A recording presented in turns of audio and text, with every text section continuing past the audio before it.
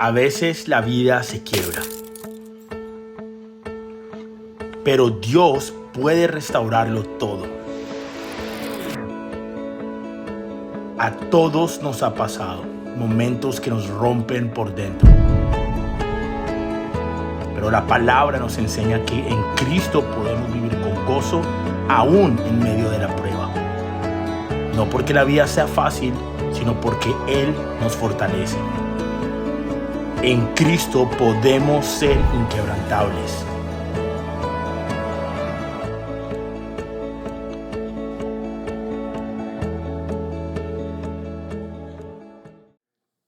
El cambio, ay, claro, Alfredo, es que durmieron 1 hora menos, ya entiendo qué es lo que pasa. Por eso es que estoy con café yo hoy, porque 1 horita menos dormimos anoche. Bueno, los colombianos, ¿quién madrugó para votar hoy? ¿No? Ya, bien. Yo no he votado, voy a votar después del servicio, pero bueno, creo que esto va para todas las nacionalidades. Cuando haya momentos de votar es importante votar y ejercer nuestro derecho al voto, así que les animo a que todos voten. Bueno, y quiero felicitar a las mujeres, casi se me olvida, felicitaciones en su día, nos sentimos muy bendecidos, creo que todos con ustedes, con sus vidas, y le damos gracias a Dios por cada una de ustedes. Bueno, continuamos con nuestra serie Inquebrantables. La semana pasada cerramos lo que fue el capítulo 1 de la carta de Pablo a los Filipenses, y no sé si recuerdan, pero hablamos de ¿qué? De identidad. Identidad de ser ciudadanos ¿de dónde? Del cielo, a ver si lo recuerdan bien. Hablamos de que la identidad es fundamental. Muchos de los problemas que enfrentamos nosotros en nuestra vida diaria, en circunstancias en nuestra familia, en nuestra economía, en fin, en muchas áreas de nuestra vida tienen que ver con nuestra identidad. Hablamos de que la identidad es el fundamento de donde pasan muchas cosas en nuestra vida, de donde tomamos decisiones, de donde reaccionamos cuando nos sentimos presionados, donde definimos nuestro valor, en fin, una serie de cosas se definen a base de nuestra identidad, y si nosotros no tenemos una identidad clara, si nuestra identidad está confusa, pues nuestra vida se vuelve inestable.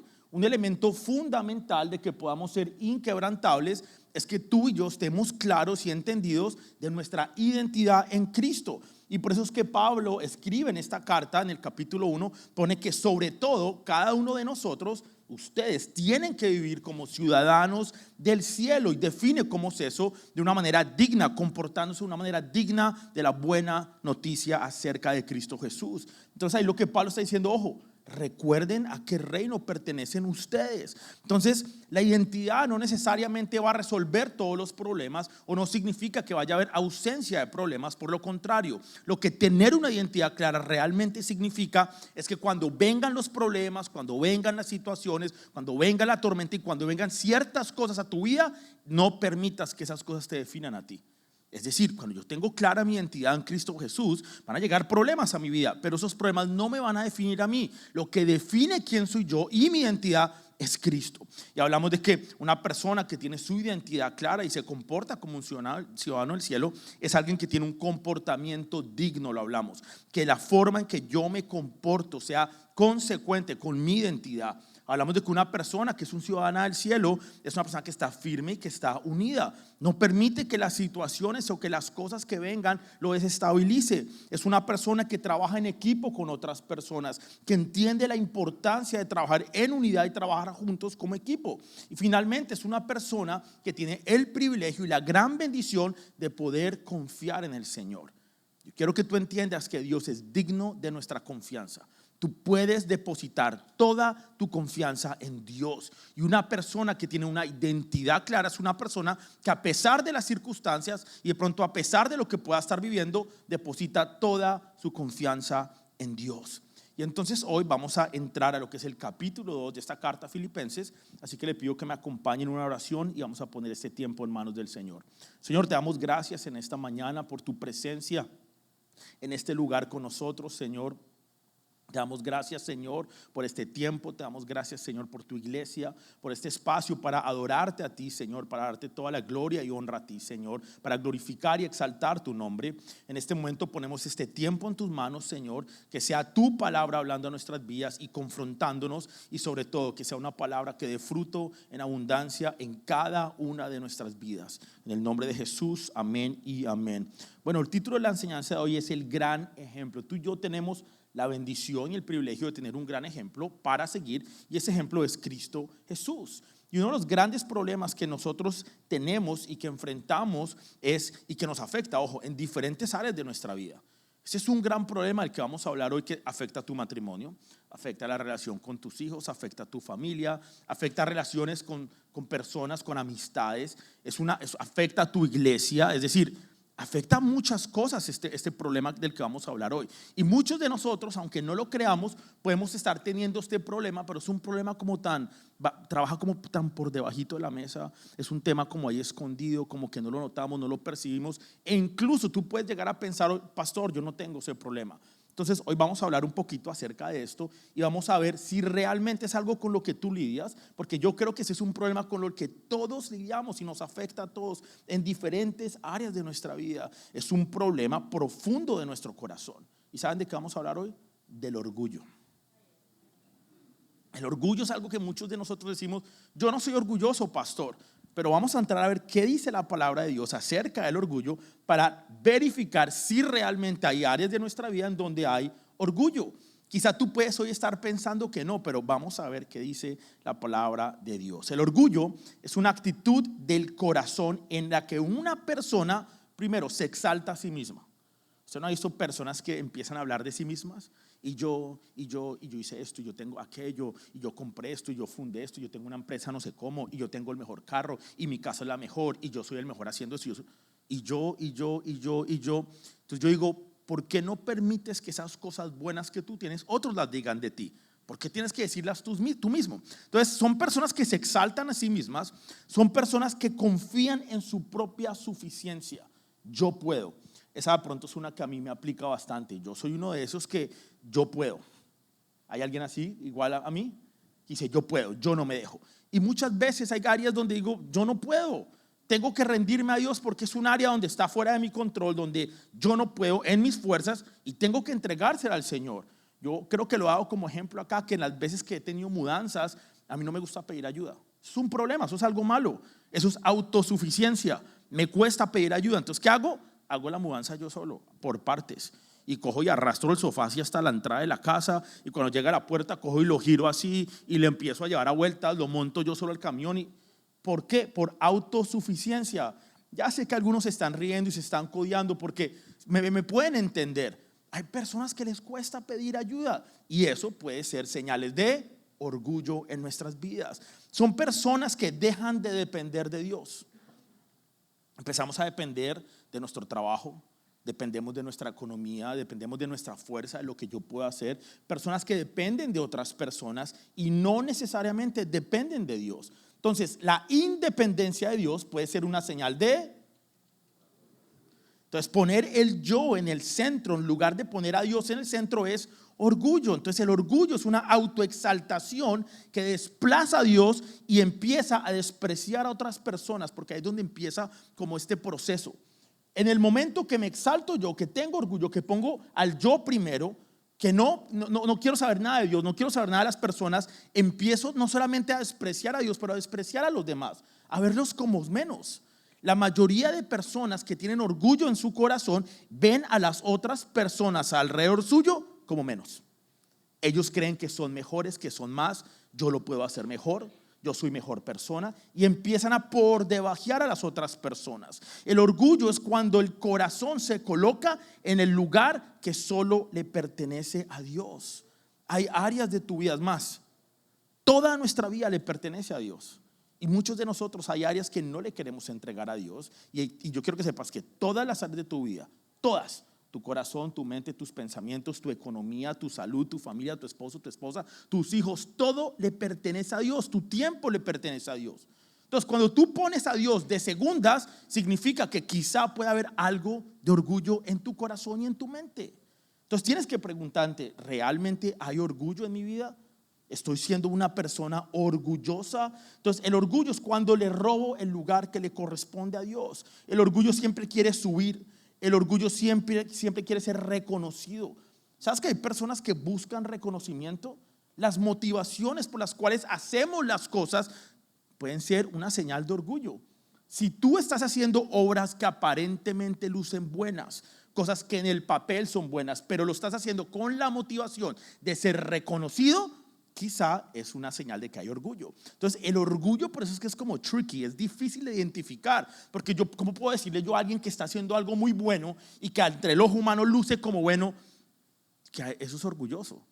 Pero quizás si lo está haciendo con las motivaciones incorrectas, pues es una señal de orgullo. Y pasa muchas veces, lo vemos muchas veces. El otro día estaba teniendo una conversación con alguien, hablábamos de que no necesariamente todo lo que luce ante nuestros ojos humanos bueno es bueno. Lo único que realmente es bueno, ¿saben qué es? Es todo lo que se alinea con el propósito de Dios. Lo único que realmente es bueno es todo lo que está dentro de la voluntad de Dios. Entonces hay muchas cosas en nuestra vida que podemos estar haciendo que están fuera de la voluntad de Dios, que lucen como buenas, pero que no necesariamente son buenas. Son tu plan, no el plan de Dios. Es lo que tú quieres hacer, no lo que Dios quiere hacer contigo. Y eso es una señal de... La persona orgullosa siempre quiere tener la razón. Usted ha tenido esas discusiones con personas que es difícil y usted argumenta y esto, y usted a veces hasta dice es una causa perdida. Yo ni siquiera voy a entrar a argumentar con esta persona porque sé que voy a perder, sé que siempre va a querer tener la razón y es complicado. Se requiere de humildad para poder tener diálogo y comunicación con otra persona. Es más, a las parejas les digo, ustedes cuando entran a tener una conversación con su esposo o con su esposa, entren con humildad. Si ustedes entran con orgullo a querer tener la razón, a imponerse, pues va a ser una comunicación muy compleja, muy difícil, muy complicada, que no los va a llevar a ningún lado y que la relación va a perder. Tú puedes pensar que estás ganando el argumento, pero realmente lo que está pasando es que tu matrimonio está perdiendo. Entonces muchas veces entramos con orgullo a estas conversaciones porque siempre queremos tener la razón.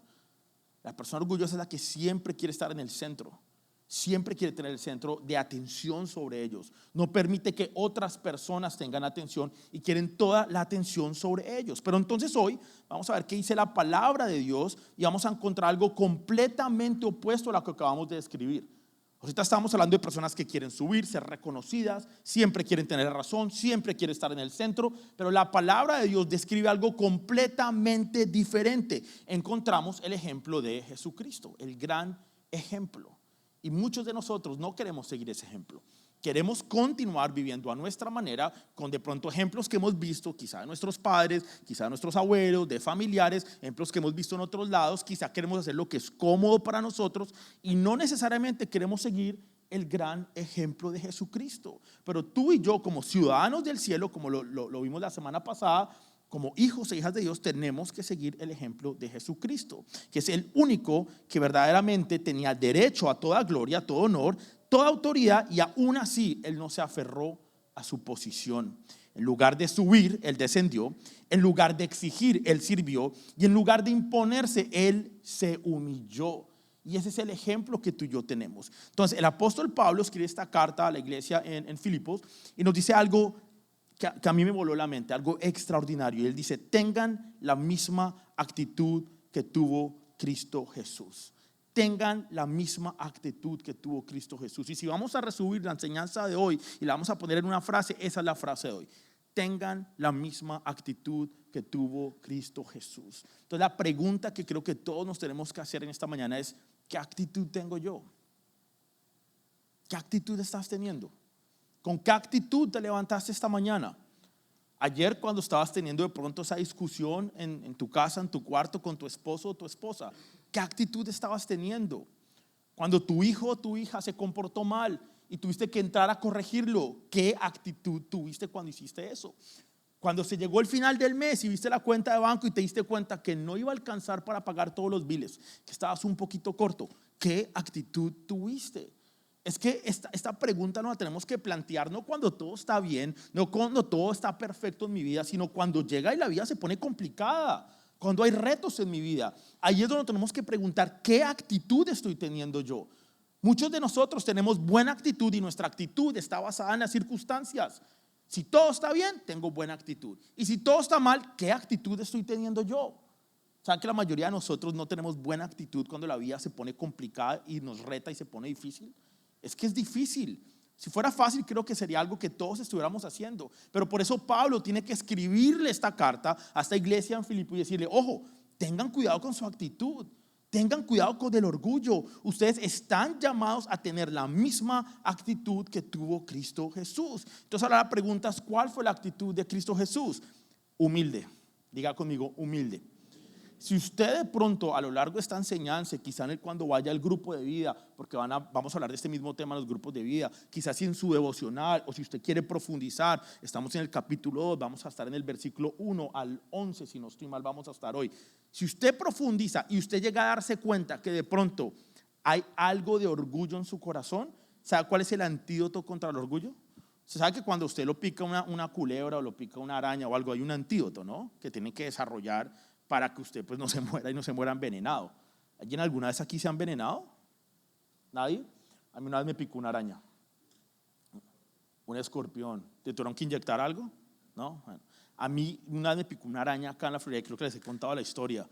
Una araña y se me puso la cara así, estaba en el carro, me monté al carro, yo creo que hizo como, estaba en la puerta del carro, me cayó en la cara, me picó un dolor. Una araña muy venenosa que se llama la Brown Recluse, vive acá, está acá en la Florida. Me picó y la cara se me inflamó.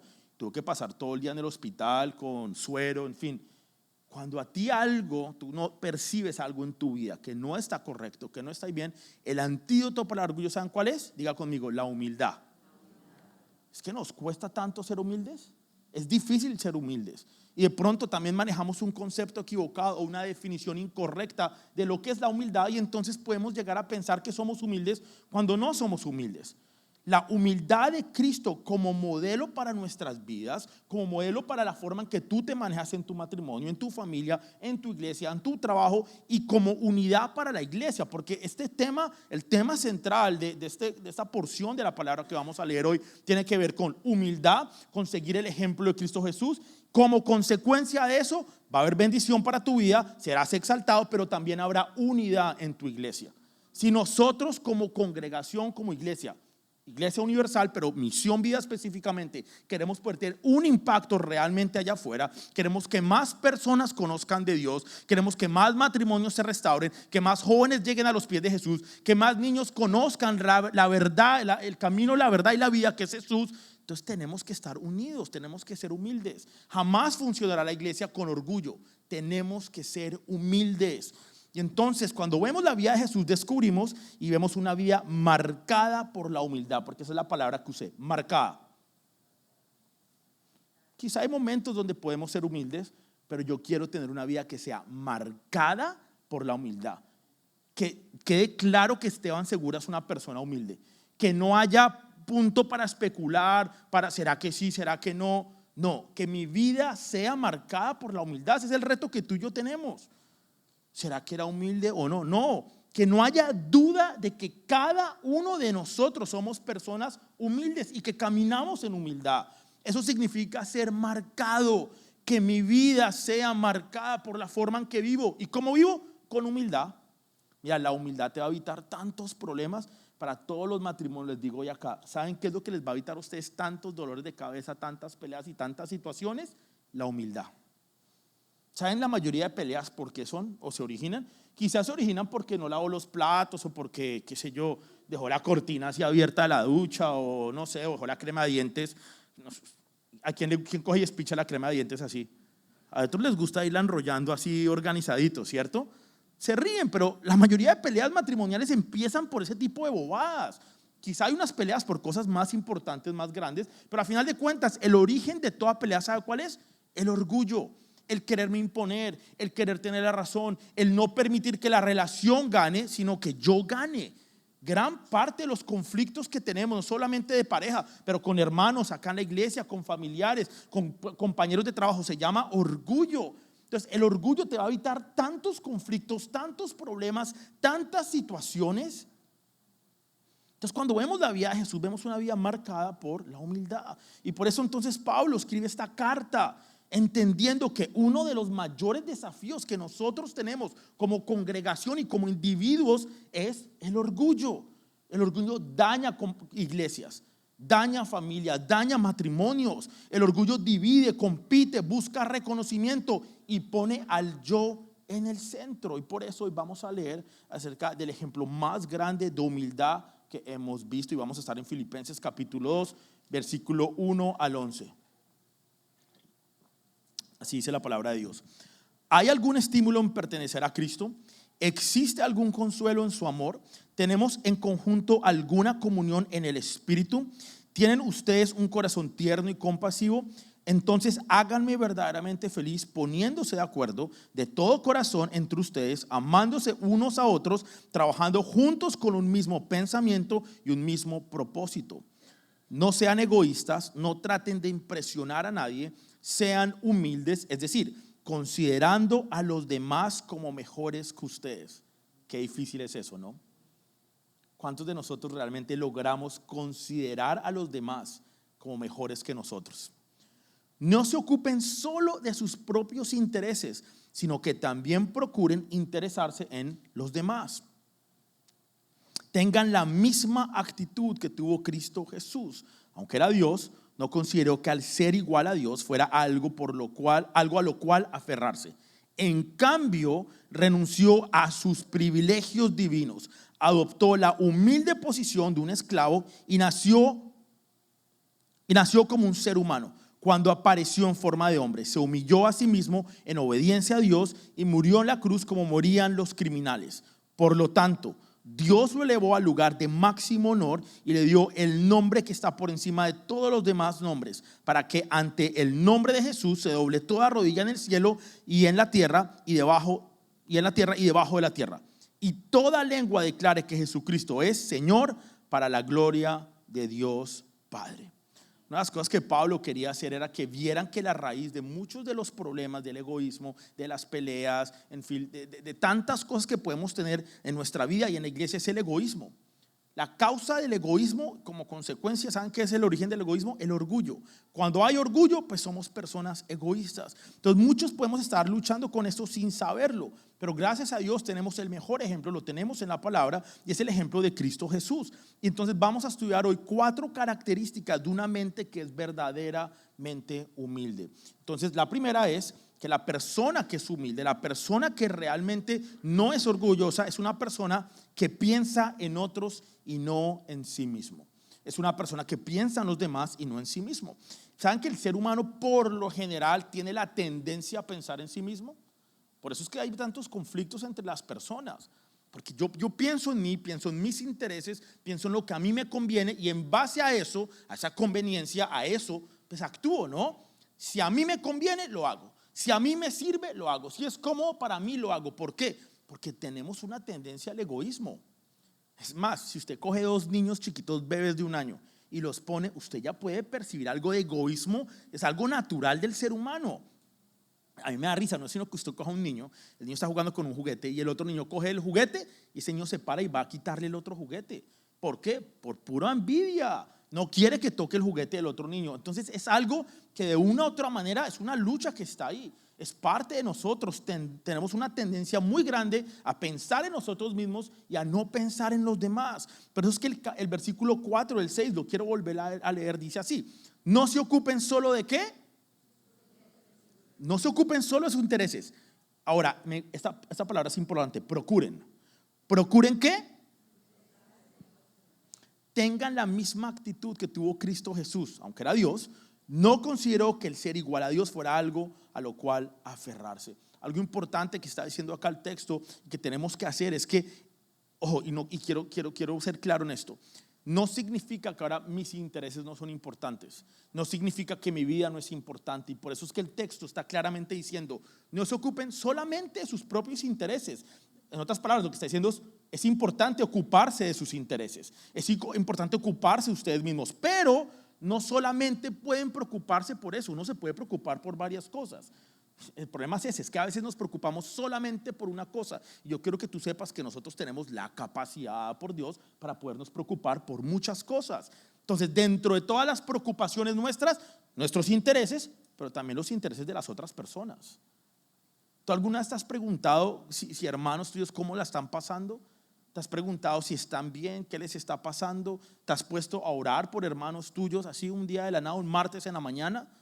Eso es preocuparse por los demás. Cuando sabes que un hermano o alguien que tú conoces está pasando por una situación complicada, te sientes dolido. La palabra es clara y dice que cuando una parte del cuerpo se duele, el resto también nos dolemos.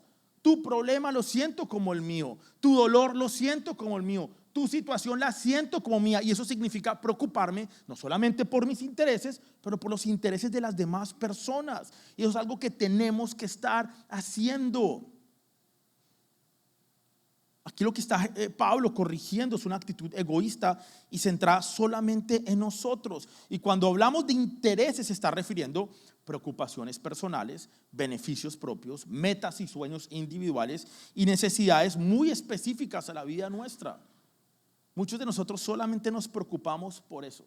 Ese es nuestro único interés. No existe ningún otro interés. Entonces Pablo está diciendo que el creyente maduro, el creyente que realmente es inquebrantable, que eso es a lo que estamos apuntando, es una persona que tiene una mentalidad no solamente que gano yo, que me conviene a mí, que me beneficia a mí, que es cómodo para mí, sino tiene una mentalidad de Cristo Jesús, vive con la misma actitud de Jesús. Entonces cuando hablamos de actitud se refiere, ¿saben a qué? A la manera de pensar. Cuando vamos a esa palabra actitud, lo que está diciendo es cómo estamos pensando nosotros. Y yo muchas veces lo he predicado que esto es un efecto dominó. Como tú piensas, tú sientes, y como tú sientes, entonces actúas. Entonces cuando está diciendo tengan la mentalidad de Cristo Jesús, tengan la actitud, es que tengamos pensamientos de Dios. Pensemos de la misma manera que Jesucristo piensa. Entonces cuando tú tienes ese tipo de pensamientos, pues te va a hacer sentir de cierta manera. Por lo tanto, como consecuencia empezarás a actuar de cierta manera. Pero muchos de nosotros no cuidamos nuestra mente. Y ahí parten, miren, casi todos los problemas que tenemos de actitud, los problemas que tenemos de comportamiento, los problemas que tenemos con otros, empiezan, ¿saben dónde? En nuestra mente, en la forma en que nosotros pensamos. Entonces tenemos que cuidar nuestra mente sobre cualquier cosa para poder vivir de la misma manera que Cristo Jesús vivió.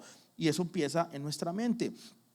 Por eso Pablo está diciendo, piensen como Cristo, vivan como Cristo y humíllense como lo hizo Cristo Jesús. Y esto es importante no solamente para sus vidas personales, esto es importante no solamente para sus matrimonios, esto no es solamente importante para sus familias, esto es importante para que podamos guardar la unidad de nuestra iglesia.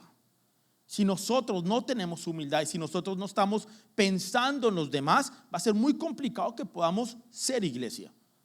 Podemos parecer una iglesia, pero no estamos siendo una iglesia. Una verdadera iglesia que es una iglesia que se preocupa por los demás. Vean, ayer estuvimos en nosotros le llamamos mini venta de garaje. ¿Saben por qué hacemos esas ventas de garaje? Porque no estamos pensando solamente como iglesia en nuestros intereses. Estamos pensando en los intereses y en el beneficio de otras personas y niños que ni conocemos y familias que ni conocemos. Entendiendo que esta es la actitud de Cristo, esta es la mente de Cristo. Nosotros no solamente nos preocupamos por nuestros intereses, porque si les soy sincero, pues yo preferiría no estar en el sol en la mañana, ni cargando muebles, ni cargando cajas, y preferiría estar en mi casa viendo una película o viendo el partido, ¿sí? Que por cierto, la mayoría de partidos son el sábado en la mañana. Qué rico es hacerme un desayuno con arepita, con huevito bien rico, mi cafecito y sentarme en el sofá a ver mi partido de fútbol. Esa es mi ¿qué? Conveniencia, esa es mi comodidad, ese es mi propio beneficio. Pero como aquí no estamos acá para hacer nuestro propio beneficio ni lo que a mí me gusta, por eso venimos un sábado a mover cajas, a sudar, está bajo el rayo sol, para recoger recursos, para poder mandar a Colombia y para poder ayudar allá a una fundación. Eso es pensar en las demás personas. Entonces muchos de nosotros queremos ser iglesia, pero solamente pensamos en nosotros y así va a ser muy complicado. Tenemos que empezar a pensar en otras personas. La mente que es verdaderamente humilde se pregunta, ¿cómo puedo ayudar a otros? ¿Tú te has preguntado alguna vez eso? ¿Cómo puedo ayudar a otras personas? Siempre estamos pensando en nosotros. ¿Cómo puedo edificar a otras personas? ¿Cómo puedo servir? Muchas veces no nos preguntamos nada de esto. y pensamos que estamos teniendo la mente de Cristo, que estamos teniendo la misma actitud que Jesucristo. Entonces, preocuparme de los intereses de los demás, de ninguna manera que voy a descuidar mi vida, voy a descuidar mi matrimonio, o que voy a descuidar mi tiempo, mis finanzas, voy a ignorar mis responsabilidades, voy a vivir sin límites. No, es importante encargarme de mis responsabilidades, gestionar correctamente mi tiempo, porque ahora no se van a pasar todos metidos acá en la iglesia sirviendo de lunes a viernes todos los días. No, es entendible, tienen familias, tienen trabajos, pero ojo, realmente estás pudiendo hacer lo mejor que tú puedes con tu tiempo, gestionándolo de manera correcta para pensar en los demás.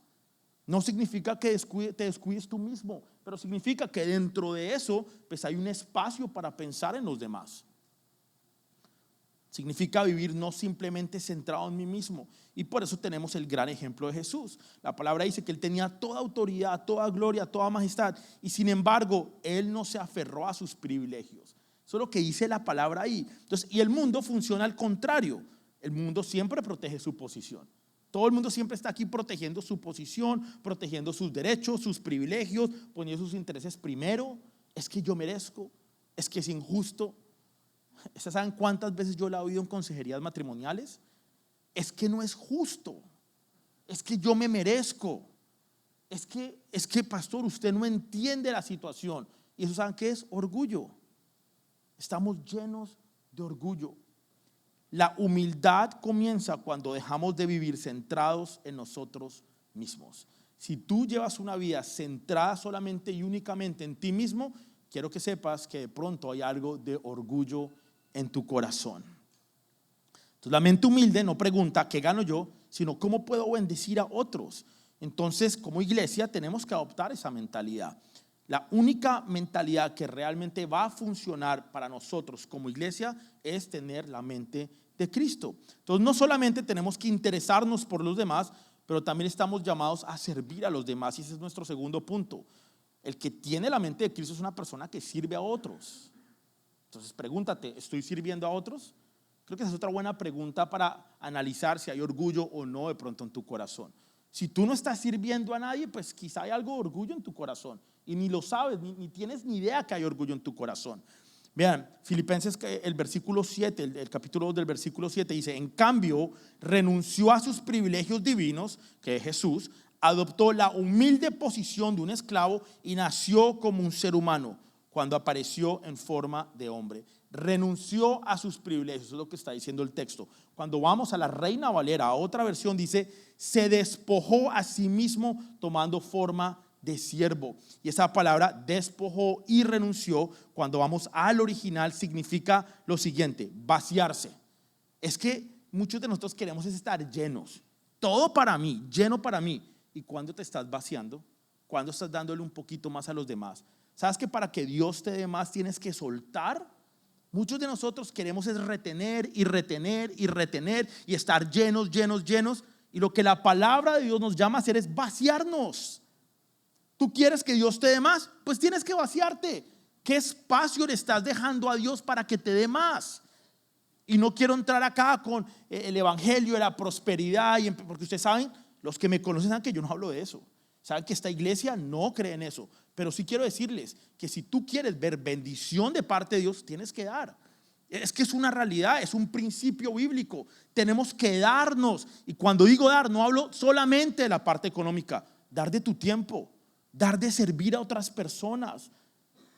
O sea, es importante dar para que haya espacio, vaciarnos. Renunciar voluntariamente a privilegios, es esa palabra en el contexto completo. No aferrarse a derechos que legítimamente somos nuestros. Porque es que ahí viene el otro problema. Es que es mi derecho, es que yo me lo merezco. ¿Saben qué me pasa a mí mucho con la dieta? Sí, y Nicole me regaña a toda hora por esto.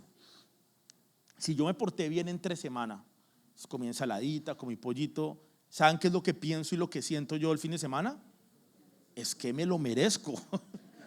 Es que es que gorda, comí ensalada toda la semana, me merezco una pizza el fin de semana, me merezco una hamburguesa. Mira el sacrificio. ¿Saben qué es eso? Privilegios. Yo siento que tengo el privilegio, que tengo el derecho porque hice.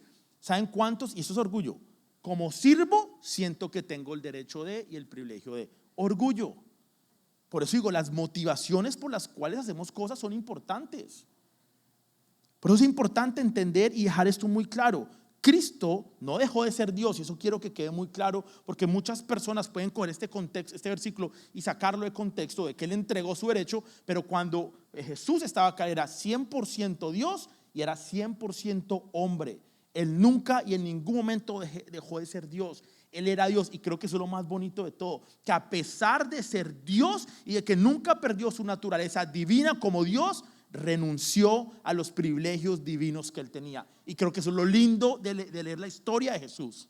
Siendo Dios se humilló, teniendo todos los derechos, los entregó, teniendo toda la posición y el privilegio, lo puso a un lado y se humilló y murió por ti y por mí, lo entregó todo. Y esa es la actitud que tú y yo tenemos que adoptar, que tenemos que tener.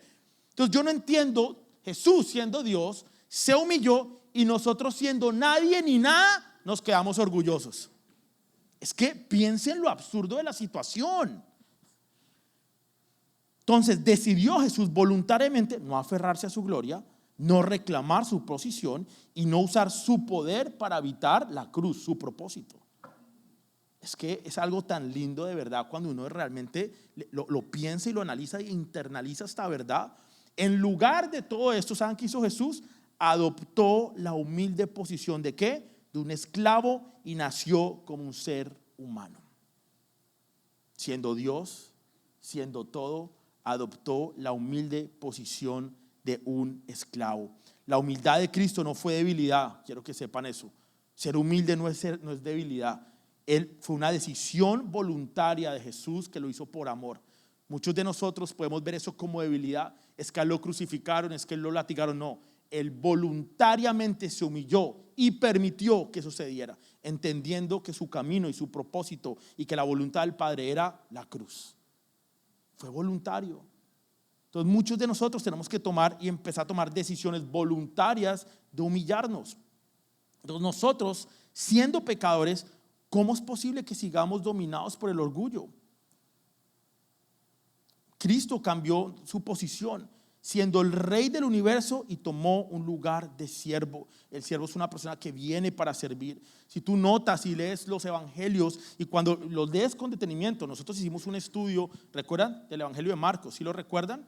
Estudiamos en profundidad y fuimos capítulo por capítulo como estamos haciendo ahora. ¿Y qué es lo que notamos ahí? Que Jesús siempre estaba haciendo ¿qué?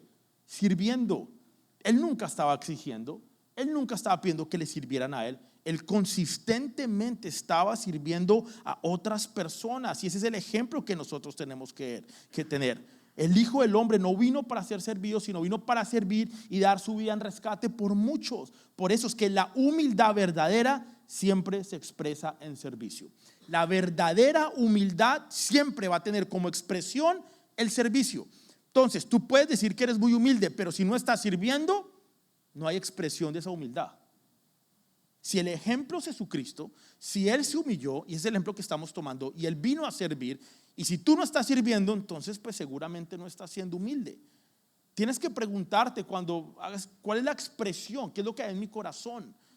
Miren, de la abundancia del corazón habla la boca. Si tú quieres saber qué hay en tu corazón, revisa tus palabras. Si tú quieres saber qué hay en tu corazón, revisa lo que haces. ¿No estás sirviendo a nadie? ¿Piensas solo en ti mismo? Bueno, hay orgullo en tu corazón, y quizás estás engañado pensando que hay humildad en tu corazón. Entonces tenemos que entender que la humildad verdadera siempre se expresa como ¿qué? Como servicio. Y una iglesia humilde es una iglesia que sirve a su comunidad, que sirve a los que necesitan, que nos servimos entre nosotros. Y entonces cuando servimos con el corazón de Cristo, nuestra unidad como congregación se fortalece. No solamente tenemos que estar interesados en los demás y no solo en nuestros intereses, no solamente nos tenemos que servir unos a otros y servir a los demás, pero también nos tenemos que sacrificar. Y ese es nuestro tercer punto. La verdadera humildad se sacrifica. Y ahí yo creo que es donde viene un punto bien complicado para todos nosotros. Muchos estamos dispuestos a pensar en los demás, estamos dispuestos a servir, pero cuando involucra sacrificio, no, ya no quiero servir. Yo quiero que entiendan que el servicio involucra un grado de sacrificio. Si no, no es servicio. Casarse involucra sacrificio. Tener hijos involucra sacrificio, ¿o no, padres? Todo. O sea, si tú quieres servir, pues tienes que sacrificarte. Ahora, si no quieres sacrificarte, va a ser muy complicado que tú puedas servir.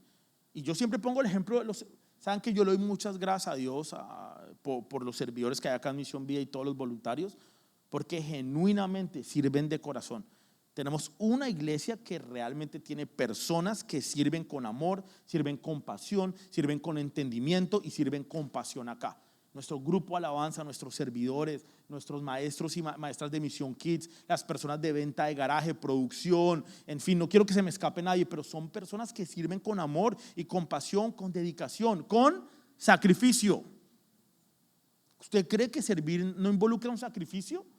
Madrugar un domingo, llegar acá temprano, los que vienen los sábados en la mañana a limpiar y organizar y asear la iglesia.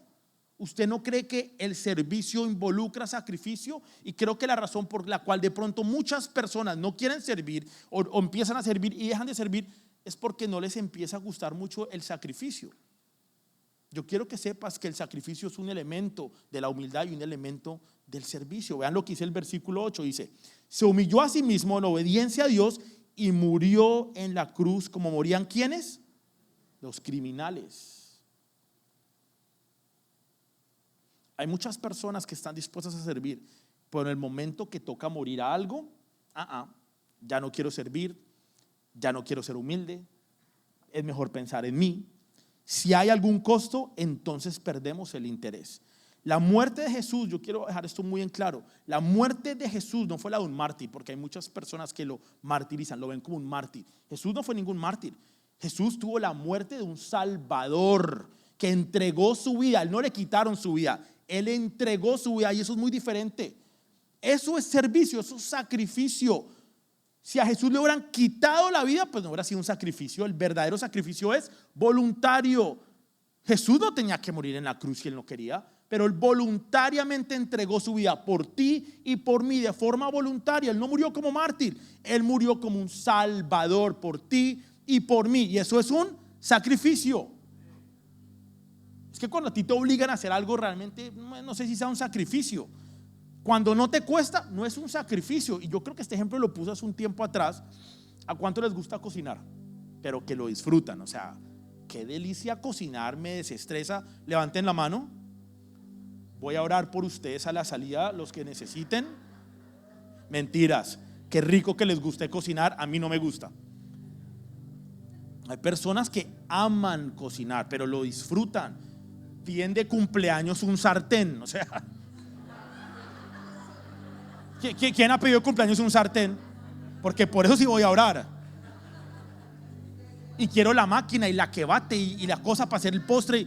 No, y los cuchillos no sé cómo carísimos, qué sé yo. Hay gente que ama la cocina. Entonces te hago una pregunta. Si tú lo amas, no es un sacrificio para ti, es algo que es natural para ti. Entonces, ¿cómo tú echas en cara de pronto a tu esposo o a tu esposa? Es que yo me sacrificio cocinándoles. No, a ti te gusta, ¿sí o no? Ahora, detestas lavar los baños, no lo soportas, no puedes con los baños, y un día dices: me voy a sacrificar porque no me gusta, porque no me nace, y voy a lavar el baño. Ese es el verdadero sacrificio. A veces entre los matrimonios y en las familias ponemos cosas como estas como un sacrificio cuando no lo es. El verdadero sacrificio es cuando me cuesta, es cuando no me nace, es cuando me duele. Y las parejas y las familias y los matrimonios tienen que entender que hay un grado de sacrificio. No todo te va a gustar, no todo va a ser cómodo. Vean, hasta ahorita ya empecé a sentir algunas cosas de ser padre. Aunque nuestro bebé todavía no ha nacido, ya hay sacrificios, ya los hay. Nos tocó mudarnos a una casa más grande, nos toca apretarnos un poco en el presupuesto, ya nos tocó empezar a comprar cosas. Los papás saben el gasto, el dinero, las citas médicas, empezar a planear muchas cosas. Lo voy a decir. Tú sabes que yo te amo, amor, ¿no? Y amo a nuestro bebé. Vean, un sacrificio, y aunque no lo crean, lo es. Claro, ya las mujeres después de cierto tiempo duermen incómodas, ¿no? Entonces toca comprar un cojín especial, una vaina especial, un cojín ahí para que duerman. Pero nosotros tenemos una cama queen que es pequeña, no es muy grande, y entonces el cojín ocupa más de la mitad de la cama. No, es en serio. Y entonces, desde que lo compramos y lo estamos usando, pues no vengo durmiendo como muy bien, que digamos, porque duermo bien arrinconado. De hecho, ayer casi me caigo de la cama como 2 veces anoche.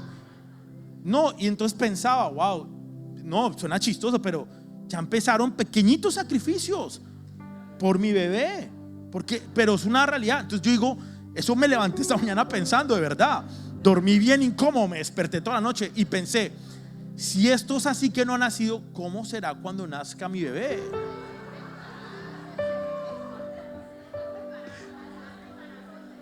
Yo quiero que sepas que el servicio siempre va a involucrar un grado de sacrificio. La humildad siempre involucra e implica sacrificio. Si tú no te quieres sacrificar, quiero que sepas que hay algo de orgullo de pronto en tu corazón. Entonces la humildad de Jesús llegó a tal punto que Él se humilló a sí mismo en obediencia al Padre, murió en la cruz como morían los criminales. No era cualquier cosa. La cruz en ese momento en Roma era el símbolo de la mayor humillación que se le podía hacer a una persona. No había mayor humillación. La peor humillación para cualquier persona, vean, hasta para un criminal, era crucificarlo. Jesús, siendo Dios, siendo justo, no siendo pecador, siendo perfecto, murió por ti y por mí. Se humilló a tal grado y tal sacrificio que tuvo la peor humillación que un ser humano podía tener. Y Pablo lo que está diciendo a esta iglesia allá en Filipo es: esa es la actitud que ustedes tienen que tener. Nos pusieron la vara bien alta a nosotros. Complicado, difícil, pero el reto que tú y yo tenemos diario es tratar de tener la misma actitud de Cristo Jesús, de humillarnos aunque parezca injusto, de servir a otros, de sacrificarnos, de seguir ese ejemplo. Y no solamente tenemos que interesarnos en los demás, servir a los demás y sacrificarnos, pero a final de cuentas, ¿sabes qué? Todo esto que tú y yo hacemos glorifica a Dios. Miren, que una de mis oraciones es que todo lo que yo haga, que todo lo que yo diga, que todas mis acciones, mis decisiones le den la gloria y la honra a Dios. Esa es una de mis oraciones. Señor, yo te quiero dar la gloria a ti en todo lo que haga. Nuestro gran propósito de vida es que en todo lo que hagamos tú y yo le demos la gloria a Dios. Jesús se humilló y ¿saben qué hizo Dios? Lo exaltó. Vean lo que cierra diciendo esta porción de Filipenses. Dice: por lo tanto, Dios lo elevó al lugar de máximo honor y le dio el nombre que está por encima de todos los demás nombres, para que ante el nombre de Jesús se doble toda rodilla en el cielo, en la tierra y debajo de la tierra, y toda lengua declare que Jesucristo es el Señor. ¿Para qué? Para la gloria de Dios. Que todo lo que tú y yo hagamos sea para la gloria de Dios, de nuestro Padre. El propósito final de la humanidad, tuyo y mío como iglesia, de tu familia, de tu matrimonio, de todas las áreas de tu vida, es que tú tengas la capacidad de darle la gloria a Dios en todo. En todo. Es el reto que tú y yo tenemos. José sufrió. José estuvo en una cárcel. ¿Se acuerdan que yo hice una serie de José hace varios años atrás? José tuvo una vida, le pasó de todo: sacrificios, problemas, desiertos, tormentas, cárcel, injustamente, por cierto, estuvo en la cárcel. Y después Dios lo exaltó y lo puso como segundo al mando de todo Egipto después del faraón. David fue ungido por Samuel como rey de Israel, y antes de ocupar su posición de rey le tocó pasar por 10,000 problemas por la cueva, porque lo persiguieran, lo querían matar, y después Dios lo exaltó y lo hizo rey de todo Israel. Yo quiero que sepas que cuando nos humillamos y adoptamos la mente y la actitud de Cristo, eso no pasa desapercibido. De pronto las personas no lo ven. Quizá tu esposo o tu esposa no están viendo tu sacrificio, pero Dios sí lo ve. Quizá el pastor no ve tu sacrificio cuando sirves, porque quizá no estoy acá cuando estás allá afuera botando las basuras, organizando, limpiando, pero Dios sí lo ve. Todo tu sacrificio y todo lo que tú hagas, Dios sí lo ve, y no pasa desapercibido ante los ojos de Dios. Y la palabra es clara: que nosotros, cuando entendemos esto y nos humillamos y estamos encarrilados y enfilados bajo la voluntad de Dios, en el tiempo de Dios seremos exaltados. La humillación siempre trae exaltación. Quizá no en el momento que tú quieres, quizá no en tu tiempo, pero sí en el tiempo de Dios. Dios ve tu sacrificio, Dios ve cómo sirves a otros, Dios conoce tu corazón. Dios conoce que tu corazón es humilde, Dios sí lo ve. Entonces, cuando vivimos con humildad, servimos a otros, obedecemos a Dios y reflejamos el carácter de Cristo, estamos glorificando a Dios. Y es el reto que tú y yo tenemos. Así que no lo olvides, tenemos que empezar a pensar en otros, pensar un poquito menos en nosotros, porque la palabra es clara, es importante pensar en nosotros. No descuides tu matrimonio, no descuides tus finanzas, no descuides tu familia, tus hijos, tu tiempo, pero también piensa en las otras personas. Empieza a servir a otros. Vean, hay tantas áreas acá en la iglesia donde puedes empezar a servir. Ahí así. Lo que necesitamos es más ayuda. Queremos ayudar más en ayuda social, pero necesitamos más ayuda. Esa es la realidad, no podemos solos, se necesita de más ayuda. Queremos hacer más actividades, pero necesitamos más líderes y más ayuda. Necesitamos más servidores, más personas en producción, más personas en alabanza, más maestros para los niños. Hay áreas para servir acá en la iglesia. Y tú puedes pensar, bueno, pero es que estamos sirviendo al pastor y a la iglesia. Le estás sirviendo a Dios. Todo lo que se hace acá en Misión Vida es para Dios, es para darle la gloria a Él. Y aunque tú no creas, no hay nada más poderoso y espiritual que venir acá en la mañana y organizar el templo para que otras personas puedan llegar, sentarse, alabar a Dios y oír la palabra de Dios. Eso es servir a otros. Entonces hay áreas para tú poder servir. Tenemos que empezarnos a sacrificar más. Y al final de cuentas, que todo lo que tú y yo hagamos, que todo lo que salga de nuestra boca, que cada paso que damos, que cada pensamiento, que cada sentimiento le dé la gloria y la honra a Dios.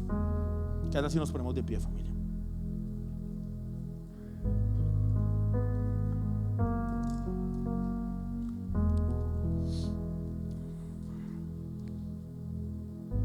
Señor, te damos gracias, Padre, en esta tarde de domingo, Señor, por tu presencia en este lugar, por tu presencia en nuestras vidas, Señor, en nuestros matrimonios, nuestras familias, con nuestros hijos, Señor. Te damos gracias porque eres un Dios bueno y un Dios fiel, Señor. Te damos gracias, Señor, porque tienes planes con nosotros, Señor, porque tienes un propósito con cada uno de nosotros, Señor, con nuestras vidas, Señor. Hoy entendemos, Señor, que necesitamos, Señor, tener tu actitud, Padre, pensar como tú, Señor, entendiendo, Señor, que tú eres el gran ejemplo y el mayor ejemplo de humillación, Señor. Queremos, Señor, eliminar cualquier parte de nuestra vida donde haya orgullo, Señor. Cualquier parte que esté ocupando tu lugar, Padre, en nuestras vidas, Señor. Muéstranos y revélanos e ilumínanos, Señor. Si hay áreas de nuestra vida en las que tú quieres trabajar, Señor. Áreas, Señor, en donde tú necesitas continuar trabajando con nosotros, con el orgullo, Padre. Te damos gracias porque hoy entendemos, Señor, que tenemos que empezar a pensar en otras personas. Señor, yo te pido que muestres de una manera clara, Señor, qué personas hay en nuestra vida y alrededor nuestro, Señor, en las que tenemos que empezar a pensar, Señor. Muéstranos, Señor, y convéncenos en nuestro corazón áreas donde tenemos que empezar a servir, Señor. Servir a otras personas, servir a mi comunidad, servir en mi iglesia, Señor, servirte a ti, Padre. Ayúdanos a entender, Señor, que nuestros sacrificios no pasan desapercibidos, Padre, que tú sí los ves, Señor, y que nuestro servicio y que nuestra vida, Señor, tiene algún grado de sacrificio, Señor. Todo lo bueno tiene un grado de sacrificio. La familia necesita sacrificio, los matrimonios tienen un grado de sacrificio, el tener hijos hay un grado de sacrificio, ser abuelos es un grado de sacrificio, pero ese sacrificio no pasa desapercibido. Ese sacrificio va a dar fruto en abundancia en cada una de nuestras vidas, en nuestras familias, en nuestros matrimonios. Así que te doy gracias por eso. Y finalmente, Señor, te damos gracias porque tenemos el privilegio, Señor, de glorificarte a ti, Señor, de exaltar tu nombre, Señor, de darte toda la gloria y toda la honra a ti, Señor. Que nuestras vidas, Señor, te glorifiquen a ti, Padre. Que todo lo que digamos, que todo lo que hagamos, Señor, te dé la gloria y la honra a ti. Te damos gracias, Señor. este tiempo. Que esta palabra, Señor, de fruto en abundancia en cada una de nuestras vidas. Que esta palabra, Señor, ilumine nuestra vida, nos traiga una revelación, Señor, de lo que tú quieres hablar a cada uno de nosotros. Te damos gracias, Padre, por todo lo que has hecho, por lo que estás haciendo hoy con cada uno de nosotros y por todo lo que vas a continuar haciendo en nuestras vidas. En el nombre de Jesús. Amén y amén.